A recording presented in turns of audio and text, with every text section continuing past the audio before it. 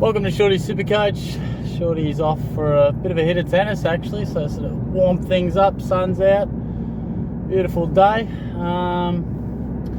But yeah, not so much of a beautiful day was the day just gone for Sammy Walsh. All hell broke loose in the SuperCoach world, and of course we're feeling for Sam because he's going to miss a chunk of footy. Syndesmosis, that's the buzzword at the moment, isn't it? No one ever gets osteitis pubis anymore. Do you remember when that used to just destroy players' careers? He's got osteitis pubis. Now it's syndesmosis, some sort of ankle, leg, who knows where it is. But when you get it, you're missing about 8 to 12.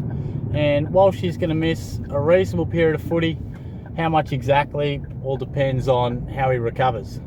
I'll let this young lady pass.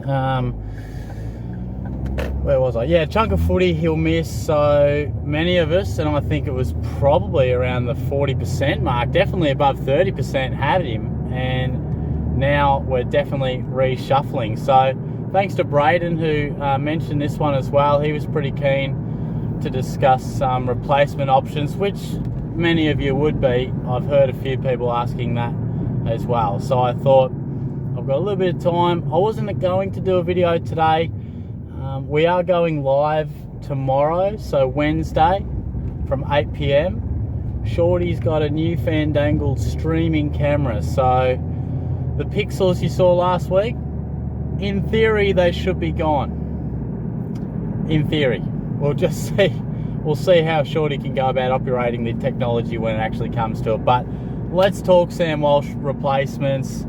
A lot of people wondering, and the real simple and boring ass answer is you can't go wrong. And I know that's boring because a lot of people will be picking their brains, shuffling around here and there. But in real simple terms, Tom Mitchell, Marcus Bontempelli, and Christian Petrarca.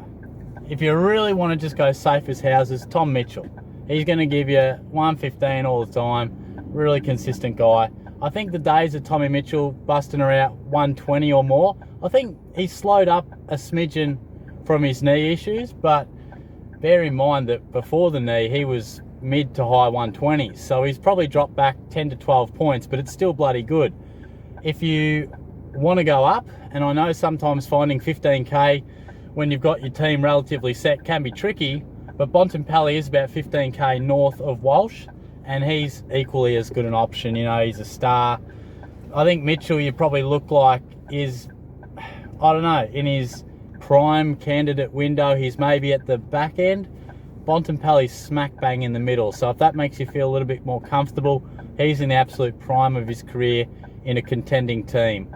But honestly, I wanted to mention Christian Petrarca because I'm a massive fan of him.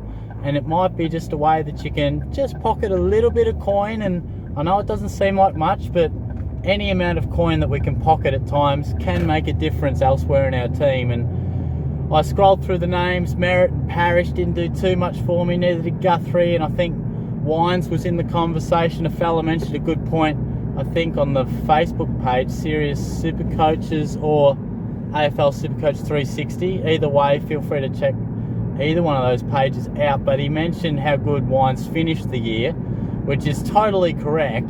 And it'll be interesting to see whether he can continue it or go back to what has been the norm for Wines, which is normally about a 97 to 105 average. So that'll be interesting to see. So I didn't want to include him in my absolute replacements. And I just really think Petrarca, as I scrolled through, was a guy that I just thought, you know, can definitely average 110 quite easily. And I feel like while he started the season a little bit slow last year, I expect him to average about 115 this year. So therefore, I felt it was fair enough to put him in the conversation of Mitchell and Bontempelli. So honestly, you're winning on all fronts. I think people will sort of say, oh, Mitchell or Bont, or Petrarca or Bont, Mitchell, this or that. The fact is, they're all going to average great numbers, and they're all going to be really, really good options. You might just pick the guy that you prefer to watch. You might go on a slight bit of durability, but they're all pretty durable. The only thing that's stopped Mitchell is a wretched knee injury, which, you know, isn't like a soft tissue where it's reoccurring. So there are other options to really drop it down a bit. You might look at Andy Brayshaw. I honestly think Paddy Dangerfield can average 110, and that might just open up 80 to 100k, something like that. 80 to 100, I think they roughly would pocket you. I can't quite remember. So it just depends on how your team's looking. If you might look at this as an opportunity to say, well, I didn't want to get rid of him, but I was also hoping to find a way to find some cash somewhere, and all of a sudden maybe this is a chance to find a little bit of cash, where I know what it can be like when you're picking your team and you're like, shit, I wish I had an extra 50k, but I'm bloody happy with how my team looks, so I don't want to change much. Well, here's an opportunity where we got to change, so it gives you a chance to wriggle it around. You might open up some coin, you might just go with Tommy Mitchell, and it's nice and convenient, like for like. But I'd love to hear your thoughts on who you're replacing him with. I know that's probably a hot topic at the moment, so it'd be awesome to hear from you guys out there.